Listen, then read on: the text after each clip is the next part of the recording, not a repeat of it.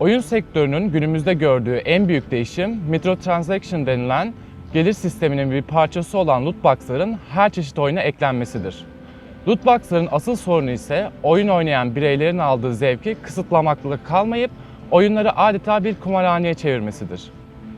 Birçok kişinin özellikle genç bireylerin hayatlarına daha çok zaman ayırdığı sanal oyunların kumar gibi bir terimle çağrıştırılması tahmin edildiği gibi birçok etik soruna sebebiyet veriyor.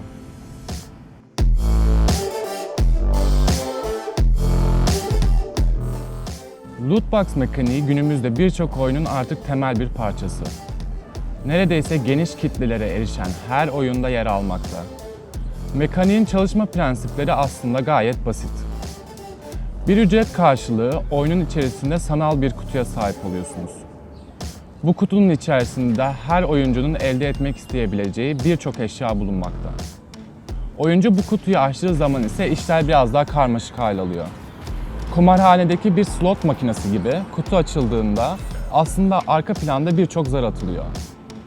Bu zarlara göre ise kutunun içerisinde oyunda kullanılabilecek bir eşya oyuncuya veriliyor. Bu eşyanın değeri oyun tarafından belirlenmiş olup kutunun parasal değerinin çok daha altında veya çok daha üstünde olabiliyor. Ancak bu mekaniğin asıl amacının oyunun yapımcısına para kazandırmak olduğunu unutmayalım. Tahmin ettiğiniz üzere genellikle oyuncu verdiği paranın altında bir değere sahip oluyor. İşte bu sebeplerden dolayı lootbox'lar hakkında olan birçok haber genç oyuncuların bu oyuncuya kaptırdığı parayla ilgili. Loot boxes are quite alright if they are done as a reward for playing games and if they are cosmetic. However, they indeed should be very heavily regulated if we are talking about children. Children do not know the value of money, and it is very dangerous if, for example, they obtain a credit card or a debit card and spend all their parents' money on loot boxes. Many countries have started to regulate. Indeed, they are considered to be very gambling, and quite recently, gaming companies have started to show the odds of obtaining certain items. In the games I play, for example, Path of Exile, it is not pay to win, you do not buy power, and indeed all the cosmetics can either be bought from the store with real money, or if you want to try your chance and gaining them through loot boxes, it's also a possibility. Eski EA Games çalışanı Julian Patrasco'nun da dediği gibi bu sistem gençleri kötü etkiliyor. Ve bu sistemin kötü etkilemesinin sebebi sadece oyunun içindeki kumar mekaniği değil. Gençlere kötü alışkanlıklar kazandırması. BBC News'un haberine göre İskoçya'da bir genç ailesinden gizli olarak 2000 euro parayı sadece NBA oyunlarına harcıyor. Düşünebiliyor musunuz? Ve bununla ilgili birçok haber daha var. Bu kötü alışkanlıklar ilerideki hayatlarını kötü etkileyebilir. Peki hükümetler ve yasalar bu konu hakkında neler yapıyor?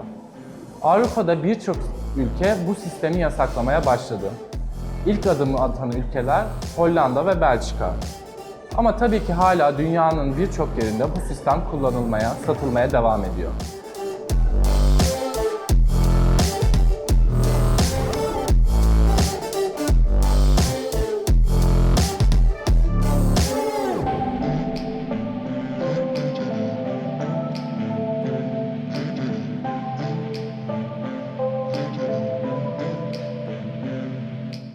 Ama burada Türkiye'de mesela bizim en azından ülke olarak eksiğimiz şu, benim gözlemlediğim.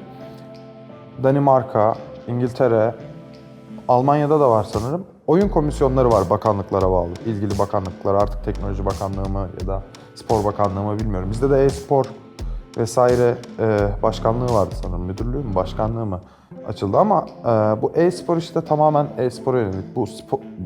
Oyun komisyonları bu dediğimiz işleri yapıyor. Yani şey olmuyor, meclise bu, abi benim çocuğum oyun oynuyordu, lootbox varmış bu ne diye gelmiyor. Bu oyun komisyonu diyor ki, Abi bu oyunun içeriği bu. Yani sıkıntılı öğeler bunlar. Biz bunlara karşı ne yapabiliriz ya da bunları kaldırmalı mıyız? Bu komisyonda inceleme yapabilecek insanlar da var elimizde ama ne yazık ki böyle bir komisyon yok. O yüzden lootbox bizim ülke için hala çok uzak bir konu, tartışılmayan bir konu ama dünya genelinde pek çok yerde yasaklanıyor şu an. Özellikle 21 yaş altı, genelde o tarz yurt dışında 21 yaş sınırı vardır bu tarz olaylarda. Mesela buna çok büyük şirketler bile karşı koyamadı. Şöyle örnek vereyim. Heroes of the Storm ve Hearthstone. Yani Blizzard şu an oyun dünyasında olan olmayan belki insanların duyduğu bir şirket ve bu şirket bu oyunlarda gerçek hayattaki parayla, gerçek hayattaki materyallerle box alımını kaldırdı. Böyle bir şey yapamazsınız dedi çünkü devletiniz buna izin vermiyor. Şimdi apayrı bir seviyedeyiz. Oyunla alakası olmayan bir loot box sistemindeyiz. Yani aslında net bir şekilde bu yaptığımız işin adı bir kumar.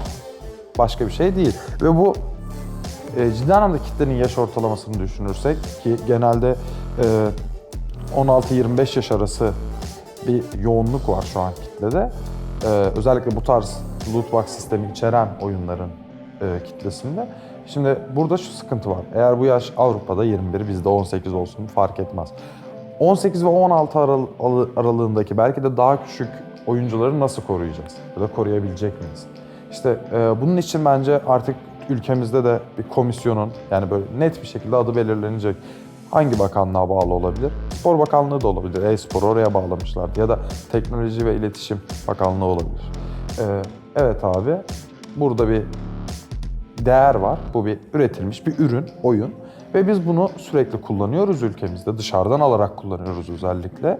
O zaman bizim bunu inceleyecek bir komisyona ihtiyacımız var deyip bizim de bu adımları atmamız gerektiğini düşünüyorum. Yani bu lootbox'la bir başlangıç olur ama ileride çok daha gelişmiş, yani oyun anlamında gelişmiş bir ülke olmamızı sağlayabilir. Çünkü cidden böyle bir şeyin olması üretimi de aslında biraz tetikleyecek. Çünkü kendi belli standartları olan bir komisyonum var elimde. Ben ülkede bir şey ürettim, direkt pazara atayım olayından biraz uzaklaşmaya başlayacağız. Peki lootbox'ın bir sıkıntısından daha bahsetmek gerekirse şunu ne yapacağız? Psikolojik etkisi. Yani sonuçta bahsettiğimiz gibi yine en tehlikeli, zaten bunun yasaklanmasının sebebi de buydu. Yaş aralığındaki grup, o 18 yaş altı diyebileceğimiz grup Türkiye için. Üzerlerinde nasıl bir etkisi var? Cidden kumara teşvik ediyor mu ya da böyle bir bağımlılık oluşturuyor mu? Çünkü bu çocuk ya da bu birey kendi parasıyla bunu yapmıyor genelde. Ailesinin parasını kullanıyor. Yani ebeveynlerinin parasını kullanıyor ve bazen ebeveynlerinin bundan haberi olmadan yapıyor bu işi. Şimdi böyle bir durumda bunun işin içine kumar giriyor. Aslında bir nevi kendi ailesinden bile olsa hırsızlık giriyor. Ve bu çocuk bunu saklamak için bazen yeri geliyor yalan söylüyor. Oyun diyoruz, evet çok güzel bir şey. İnsanları eğlendirmek için hepimiz oynayalım, hepimiz eğlenelim. Ama bu kadar kötü yerlere yönlendiren bir şeyi de sadece eğlendiriyor diye kabul etmek ne kadar doğru? İşte orası da tartışılması gereken başka bir konu. Yani bunların ciddi anlamda önlemler alınması gereken konular olduğunu düşünüyorum. Yani içinde psikologlar olan, çocuk gelişimcileri olan, oyun geliştiricileri olan ve ortaklaşa bir karar çıkarabilecek insanların olduğu bir komisyona ihtiyacımız var. Bu şekilde bunları engelleyebiliriz. Bundan sonra ne olur? Lootbox o belirlenen yasaya ya da o belirlenen kurallara uyduğu sürece kimse bir şey diyemez. Teknenin bu bölümünde sizlerle lootbox'ın ne olduğunu, nasıl işlediğini ve nelere sebebiyet verdiğini araştırdık. Bu mekaniğin gençlere ve oyuncu kitlelere satılmaya devam ettiği sürece ne kadar tehlikeli olduğunu vurgulamak gerekiyor. Bu mekaniğin pek çok karşıtı olsa da bazı insanlar bu sistemin oyun içindeki zevki arttırdığını düşünüyor. Peki ya sizce bu sistem komple yasaklanmalı mı yoksa yapılan değişikliklerle birlikte devam etmesinde bir sakınca yok mu? Bir sonraki bölümde görüşmek üzere.